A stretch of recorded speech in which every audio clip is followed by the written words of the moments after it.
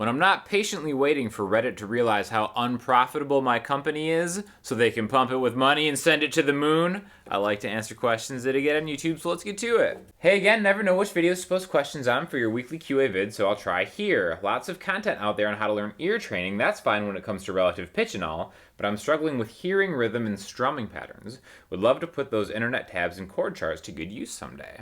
So this is a question from the Patreon, check that out in the description, but also rhythm is the hardest thing to train. This is specifically asking about diagnosing a strumming pattern just from listening to it, and I think that really comes down to some core rhythmic principles. Like I said, I've taught a lot of students, and they all kind of connect with learning rhythm in different ways, which is why it's hard to teach because there's no one way to go about it. So I'm just going to give you some different tips that I have found be effective with different students that learn in different ways, okay? So the one thing that is really hard to get around is musical counting. I've talked about this in a lot of different videos, but just basically being able to count through a bar, 1, 2, 3, 4, with your pick direction. 1, 2, 3, 4, 1, 2, 3, 4. And then adding the and, right? 1 and 2 and 3 and 4 and. So the upstroke is in between each one. So, you know, some people are like, oh, we'll just practice with the metronome. 1, 2, 3, 4, 1 and 2 and 3 and 4 and. That might work for some people, but it doesn't work for everybody, all right? So I think finding a strumming pattern and being able to diagnose it where there's some accents on the offbeats is really one of the toughest things for people to first wrap their head around, right? It's one thing to be like, all right, down, down, down, up, 1, 2, 3, and 4, and in like a non-dynamic way. I don't really see that being that helpful to people because it's not really super true to life because you just kind of get stuck in that one pattern over and over again. So again, one way to do it is just to learn kind of like, you know, a popular one that is an interesting strumming pattern. The one that I always actually use is the song Don't Panic by Coldplay. It sounds like this.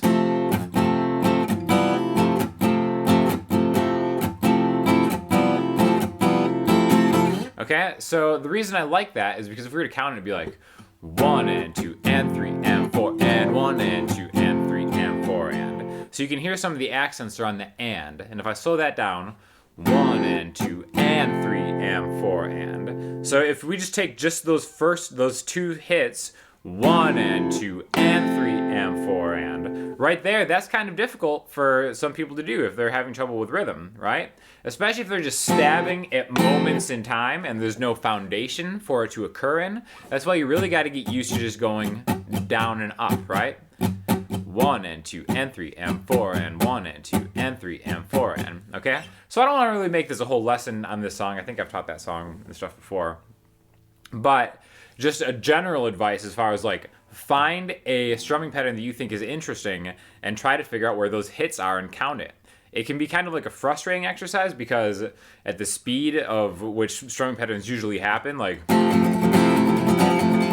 it can be really hard to diagnose that, like I said, but really just kind of think of like where are the dynamics, where are the accents, simplify the strumming pattern, and then try to diagnose where the downbeats are and where the in-between hits are. Well, then that'll be like, all right, well, am I strumming this in like 16th notes, stuff like that. Another way that I really think you can improve your own rhythm is to just give drums a try, okay?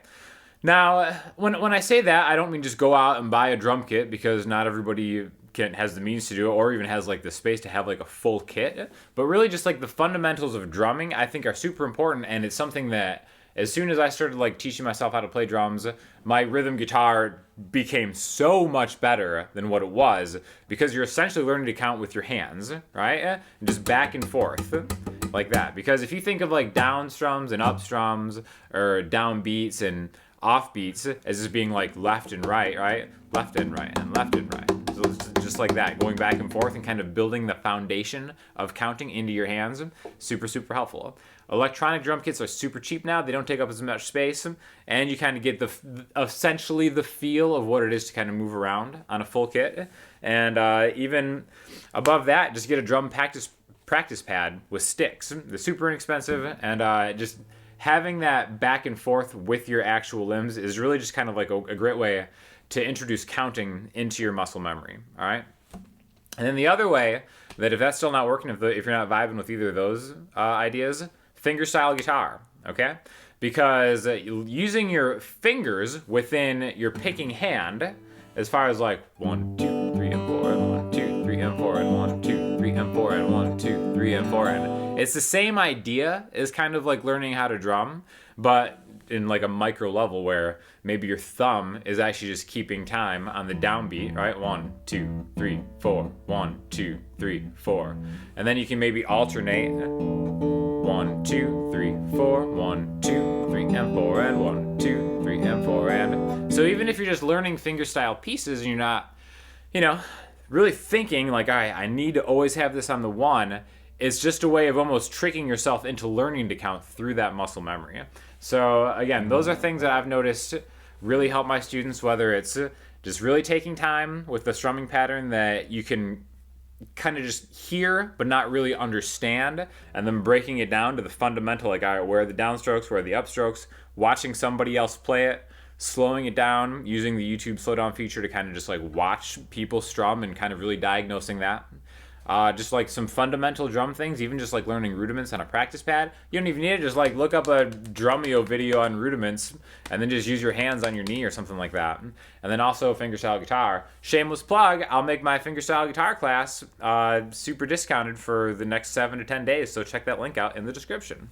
Good luck with the contest. Hope you get some good entries. So this is about the contest that me and Davidas have going on. There's still about a week left to enter. We got some really hilarious entries so far. If you want to win we're giving away a couple guitars and a pedal, and all you have to do is write some cool Star Wars themed fan fiction about your guy, some fan art, or cover one of the Emeryld Ryders songs. I will put the description, I'll put all the details in the description, or just watch the video because I think the video is actually pretty funny that me and Davidas made.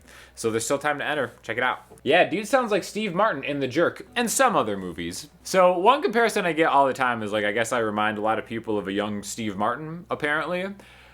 Was it necessary to say Steve Martin in The Jerk? Couldn't you have just said Steve Martin? I was like, reminds me of Steve Martin in The Jerk, and I guess some other movies, but definitely The Jerk. Hi Sean, any recommendations for a pedal to fatten up the sound when using a Fender Deluxe Reverb with a Strat all single coils? Any advice would be appreciated, thank you. Another Patreon question.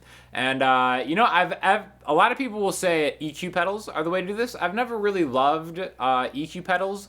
One thing that I have found that works specifically with a Strat through the Deluxe Reverb is the Walrus Emissary Boost pedal. I actually did a video on that I'll link to if you're interested in that. But that was something that really kind of opened my eyes as to like what a boost pedal even meant. I was just ignorant and I thought it just meant, well, just make it louder. But when you hit a single coil guitar into a boost pedal, specifically the cool thing about that Walrus one is it has a switch so you can kind of toggle the frequencies. It just sounds better. It fattens up the sound. I think it might be exactly what you're looking for. Or if anybody out there has a single coil guitar that they're looking for just a way to do that, definitely consider looking into that Walrus Emissary. And again, I think that video does a good job kind of like showcasing the sound before and after. So check that out, but it's definitely something that is kind of like an always on pedal whenever I have my Strat going through the pedal board. It sounds like I'm playing Final Fantasy VIII. Now this is an ultimate compliment. This is on the video I posted last week where me, Andre, and Pasha were making some spa music, and it turned out absolutely great. I love the sound of that last spa track. I think we're working on some more stuff tonight, so we got some more stuff coming. Definitely check it out if you haven't. You can kind of hear it in the background right now. I just gotta tell you, listening to my own spa music has really increased the calm in my life. So it could be my new life's work, the spa music. Final Fantasy VIII, one of the greatest games of all time. I'm very interested to hear people out there what your favorite Final Fantasy game is. To me, there's 3 that just stick out above all else. 7, 8, and Tactics. And it's really kind of hard for me to pick my favorite. I guess I would probably say 7 is the best game. 8 was the most immersive game for me, and Tactics was probably just like the most fun game. Shout out to Final Fantasy X too, because I logged a lot of hours on that. But yeah, I'm curious to see what people say in the comment section about their favorite Final Fantasy game. The music is all phenomenal, but definitely, I really take that compliment to heart that it sounds like Final Fantasy VIII, so we will keep trying to make you proud. Great examples here. I need to get my electric out. Been years since it's been played. Picking the acoustic in the meantime. I've been making more time for study lately. Sean, do you have a must-play melody or favorite tune to play when you pick up an acoustic? Thanks. So this is a very self-serving answer, but 100% true. If I'm ever just kind of like picking up an acoustic guitar, I just want to play something, I always play this.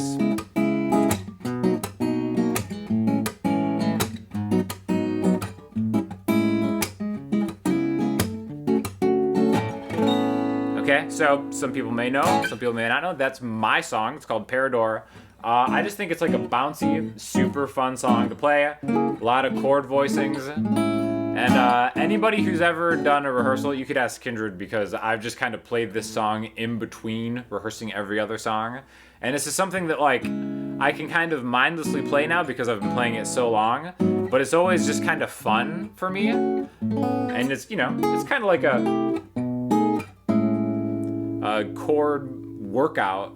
So I think I did a lesson on that. I'll probably try to link it too, because chord voicings are fun. It's fun for me to play, but that could just be totally self-serving, so maybe it would be no fun for you to play, but you never know until you try it out. If anyone wants to know what a guitar snob is, you're looking at him. Can't stand this guy. I find it hard to believe that somebody called me a guitar snob. I don't own a single Gibson Les Paul. Sean, your musical wizardness is truly brilliant, and Andrea, your voice is always so beautiful. Great job, guys. Random question. Sean, as a professional musician, how often do you actually change your guitar strings, at least for the ones you play often? So this is different depending on electric or acoustic. I feel like me as a professional, I'm more of an acoustic guitar player because 95% of all my shows have been with an acoustic guitar. So I can definitely tell you that I would say, depending on how much I'm gigging, 3 months. I use the Alexa coated ones. I actually prefer the sound of those strings once they are kind of worn in a little bit. I feel like they mellow out in a good way. So I get a lot of life out of my strings. Part of it is laziness. Part of it is me at least convincing myself that I like the way kind of worn in strings sound. But if I'm playing a lot, I would say 3 months. Now, there was a time maybe a year and a half ago where I was playing like at least 3 shows a week, potentially 4 a week. And that much playing in kind of like, you know, substandard environments, let's say, the sweat and oils from your hands really does kind of degrade the strings more quickly. So back then I was probably changing them maybe every 8 weeks. Maybe even actually sooner than that, just kind of depending on like the grime and stuff that got into them. But I just like the sound of kind of worn in strings a lot. So I would say every 3 months, but that is specifically with the coated strings. If they're non-coated, I would probably change them a lot more often. But you know, I like the elixirs for acoustic guitar specifically. Some people have asked about the electric elixirs. I don't really play the electric elixirs. I love the Ernie Ball, just standard straight up 10 slinkies. And I would say probably about the same thing from those. Even though those aren't coated, I play less marathon style sessions with my electric, so I probably will replace those. You know, if I just were to stick to one guitar, which I don't, it probably would be every 3 months. But yeah, again, I feel like I'm not in a great position to answer that for the everyman electric guitar player. I probably should be more often than that if you're playing a lot. But acoustic guitar specifically, every 3 months usually works for me. All right, so for listening homework, I'm going to throw you to my favorite artist I've found on the XM Spa Station, which I'm desperately trying to get on. Alex de Grassi. His guitar work is phenomenal, so definitely check him out because he's one of the few artists that I've seen on that station that has like a voice. I can tell when it's his music even when I don't like read the name on it. So definitely really cool guitar player. Check him out. If you have any questions or comments, hit me up in the comment section, Instagram, Twitter, or the website. Make sure you enter the contest if you're able to. And I will talk to you guys soon. Thanks a lot.